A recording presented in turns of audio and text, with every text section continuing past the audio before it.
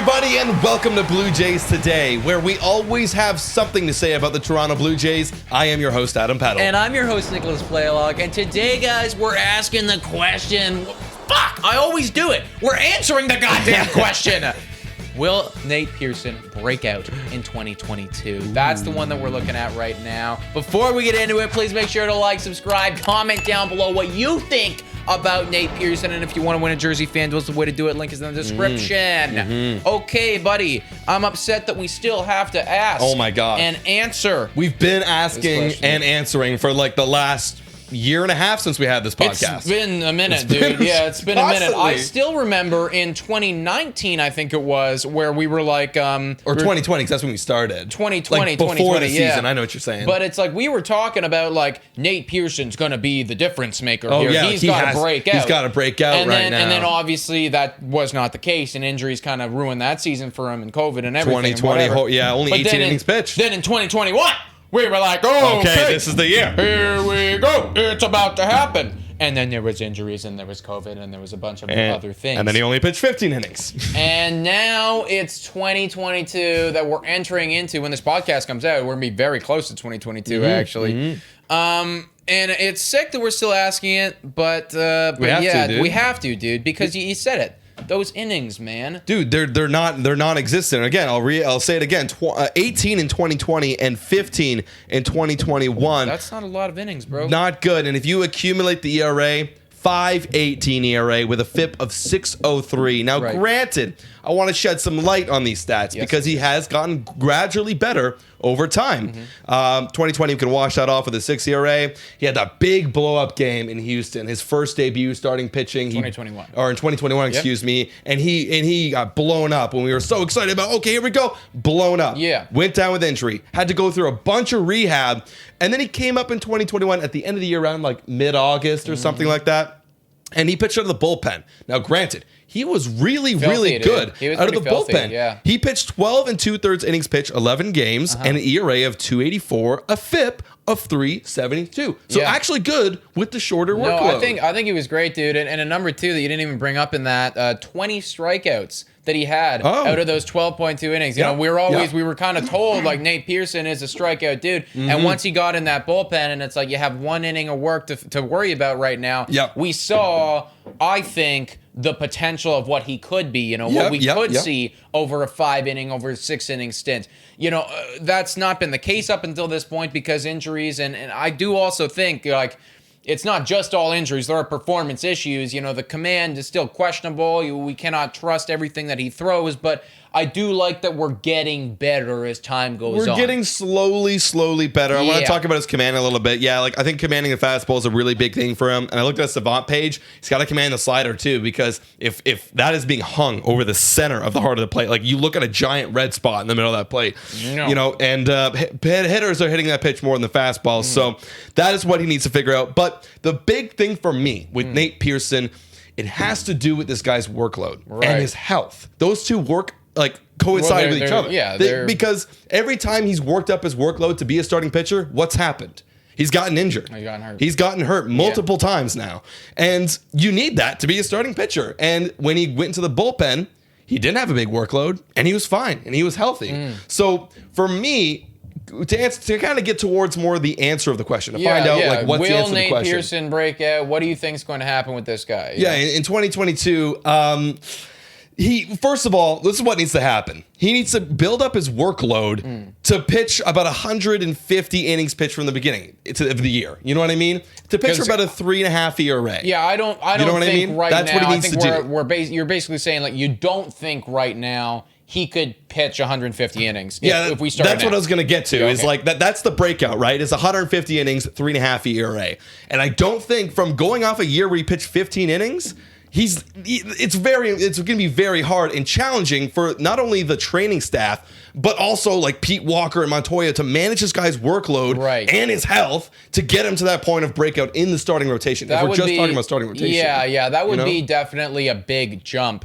Do you think maybe that the best way to do this for Nate Pearson, maybe we go out, we get a Seiya Suzuki, or not a Seiya Suzuki, excuse me, a Yusei Kikuchi. Yes.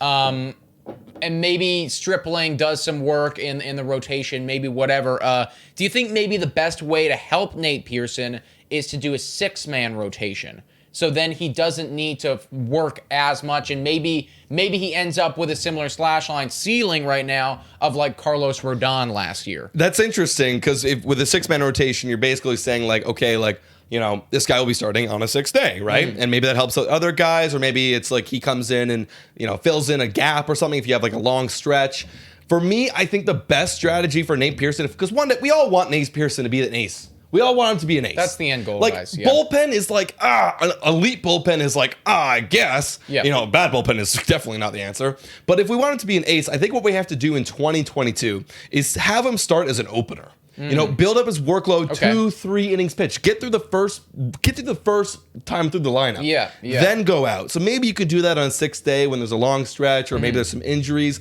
But that's how you got to start it, I feel, in my mind. Again, I'm not a trainer. Yeah, I'm not a of coach. course. But that's how you got to ease them in. You can't go from bullpen injuries driven for the last 2 years to automatically being a 5-inning starter. That's true, dude, because I feel like the way that they've been operating it right now is they're like, okay, you're crawling, now you're running.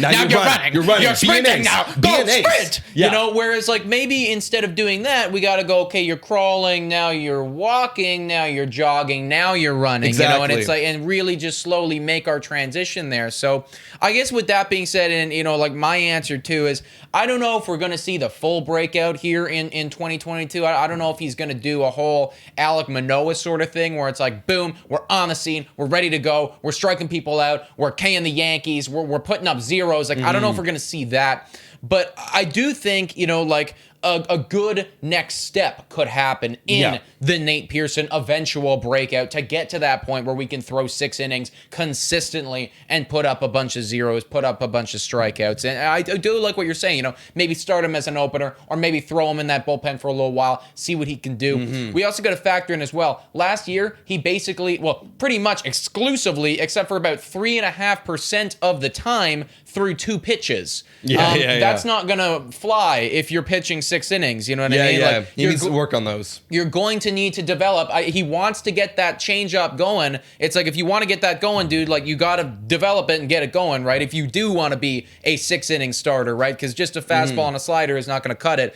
in the major leagues these days. Yeah, he definitely needs to develop. And I think that those numbers were definitely reliant on like the fact that he just came out of the bullpen. Yes, you know exactly. what I mean? I do agree. You know and what I I give mean? him the benefit of the doubt in regards of that. Yeah, you know? yeah. And you know what? I think this almost is a luxury, because what you're saying before, when how like we just kind of tossed him in and like, you're a starter now, go, was when we didn't have any starting pitching. It was a bit of necessity that we had to do, you know? Now, buddy, we have Ryu, I'm just tossing out there. We have Barrios, we have Gausman, and we have Manoah. Yeah. So now it's not a necessity for him to be the 5th starter. Like, you can have Stripling in, you can have like whoever we pick up maybe as a dart throw. So now you can ease them into it. So it's almost going to be better for Nate Pearson in that regard. I do agree. Yeah, I do agree. I mean, I still have faith that he's eventually going to break out. You know, I still think, like, I do still truly believe with a guy like this, like, ceiling levels could be, you know, Garrett Cole, could be Max Scherzer. I mean, and you see from those guys too, they didn't really break out until they were like 28, 29. Yeah, exactly. You know what I mean? This guy's 25. 25 years old, You know? right? So it's like he's still got time to be that level of pitcher. I mean, throwing 99 consistently and having 3 or 4 pitches, that's hard to do, you know? And it does take those aces a while. So I still think that he's got a lot of time. I think we got to walk before we can run, and maybe not sprint this year, you know? Yeah, I agree. Last thing before we go, what is your prediction then? What would you like to see for Nate Pearson to get that next step? It's so tough to say because, you know, it does kind of depend on if we go out and get a dart throw pitcher in the free agency. Because if we don't, then I would say, you know, let's have Stripling do it for a little bit, take that 5th role, and then, you know what, come early June, we're swapping it now, and it's like Nate Pearson's taking over. He's done a couple innings in the pen, he's looked good. Now you're going to do that, and, you know, maybe you get, I don't know, 80, 90 innings out of you. Right, you know? right. If that was the case, absolutely. If we do end up getting another starting pitcher, better, higher tier than Stripling, who's pretty good, then, I mean, maybe give me, like, you know, 65 innings out of the pen or something like that. Maybe just be a bullpen guy and like really pop off in there. Yeah, you know? That's true. And if we're talking like that kind of idea, what you're saying, where like you slowly ease him into maybe a more like opener, like starting pitching role. Maybe at the very end in September, he's getting like 4 or 5 innings pitched, like he's really hitting it. Right. He's healthy.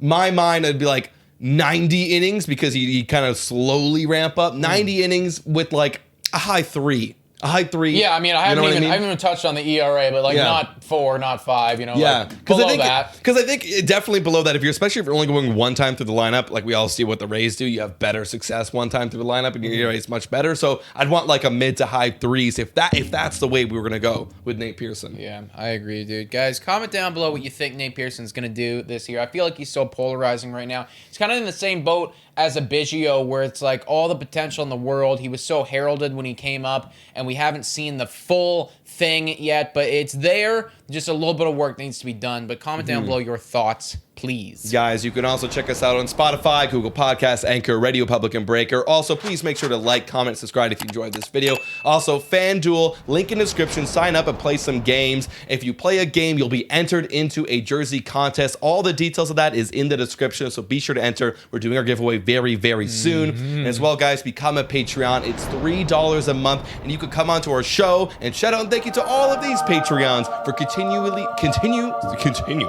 supporting our podcast. Yeah, thank you so much for watching. And go Jays, go!